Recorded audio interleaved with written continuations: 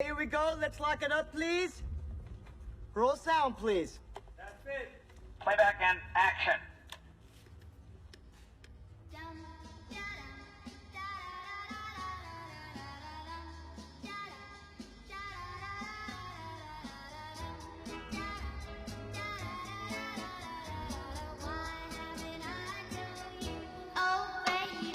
David Lynch's Mulholland Drive has been called many things in an attempt to decipher the film's mysteries, but most commonly it's seen as an ode to classical Hollywood, the so-called Dream Factory era.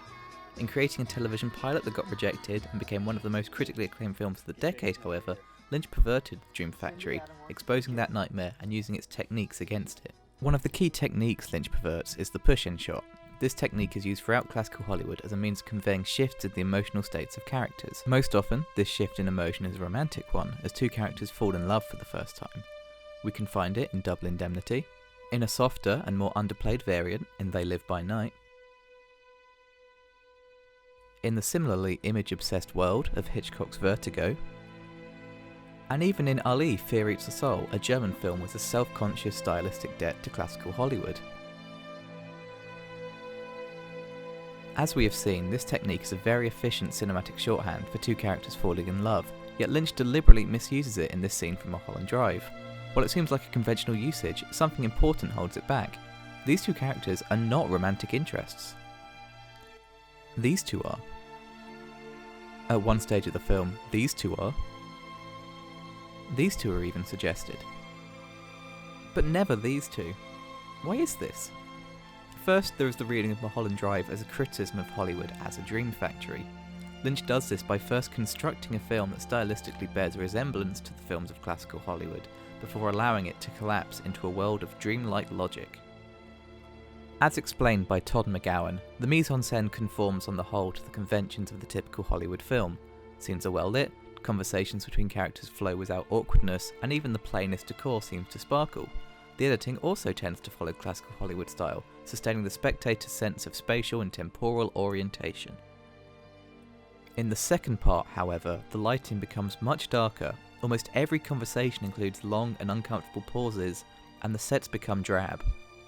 The essence of what McGowan says here is that only through first constructing Hollywood are we, as an audience, able to truly feel the difference when it is finally deconstructed. This Hollywood deconstruction is also a powerful act, as it allows the audience to see what an illusion Hollywood and Hollywood film is. Returning to McGowan, the first part of Mulholland Drive seems more real, more in keeping with our expectations concerning reality. But, ironically, this sense of reality results from the film's phantasmatic dimension rather than from its realism. Whereas we usually contrast fantasy with reality, Mulholland Drive underlines the link between the two, thereby depicting the role of fantasy in providing reality with structure. Deconstructing Hollywood also has the benefit of creating a space for queerness, something that Lynch only embraces after the scene has taken place, revealing that the film is actually a romance between these two women. Classical Hollywood was a dream factory for heterosexual white couples, but the destruction has enabled us to explore a homosexual, mixed-race couple. This is, as the climax reveals, however, a short-lived fantasy.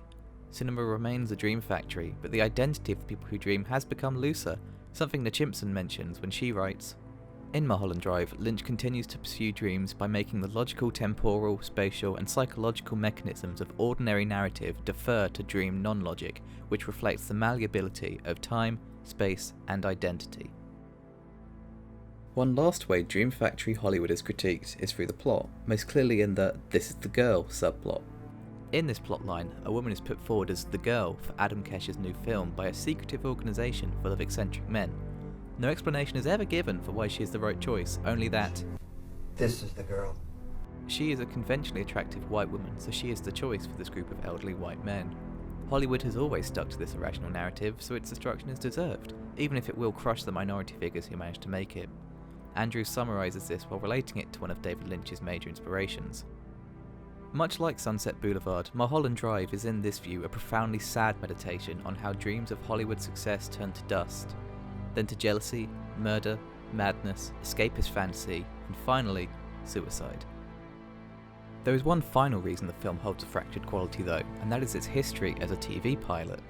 Originally made for ABC, it was rejected for being too risky as a prospect. After sitting on the already shot footage, the fracture point believed to be from the moment Betty and Diane see the dead body, itself a moment of fracture, Lynch obtained funding from Studio Canal to shoot more footage and edit together the pilot footage and new cinematic footage into a film for theatrical release. In an ironic twist, it was only on turning to cinema that Lynch's attempt to tear down the institutions that support cinema was possible, something the Chimpson notes, saying, "Hollywood, often plausibly referred to as the Dream Factory, makes a perfect setting for the drama of the lethal implications of the loss of creative freedom." Everything in Mulholland Drive can be read in one way or another as a critique of Hollywood and its toxic artifice, yet there is also an undeniable affection that can be felt stemming from Lynch. He perverts these techniques, but playfully, with love.